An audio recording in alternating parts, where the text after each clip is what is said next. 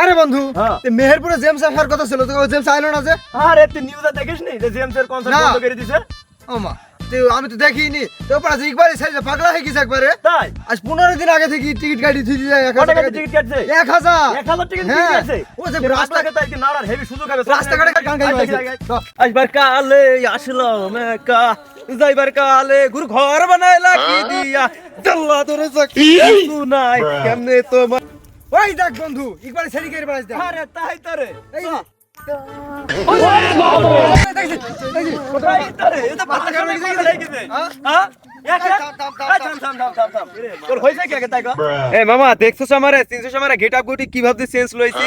10 তারিখ আমার গুরু জেমস আসবে বুঝছস নি?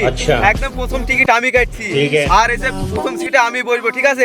1000 টাকা তোদের দানে সবে কেন 1000 টাকা 1000 জায়গার জন্য পলিসা লাগবে। তুই পাগলা হইছিস। তুই জানিস নি যে জেমসের কনসার্ট বন্ধ হয়ে গেছে? কিরে তুই জানিস নি বেটা জেমসের কনসার্ট বন্ধ হয়ে গেছে? এই দেখ তোকে নিউজ না জানতে হবে না। এই দেখ নিউজ দেখ। মেহেরপুরে জেমসের কনসার্ট বন্ধ। আরে মামা আমার 1000 টাকা।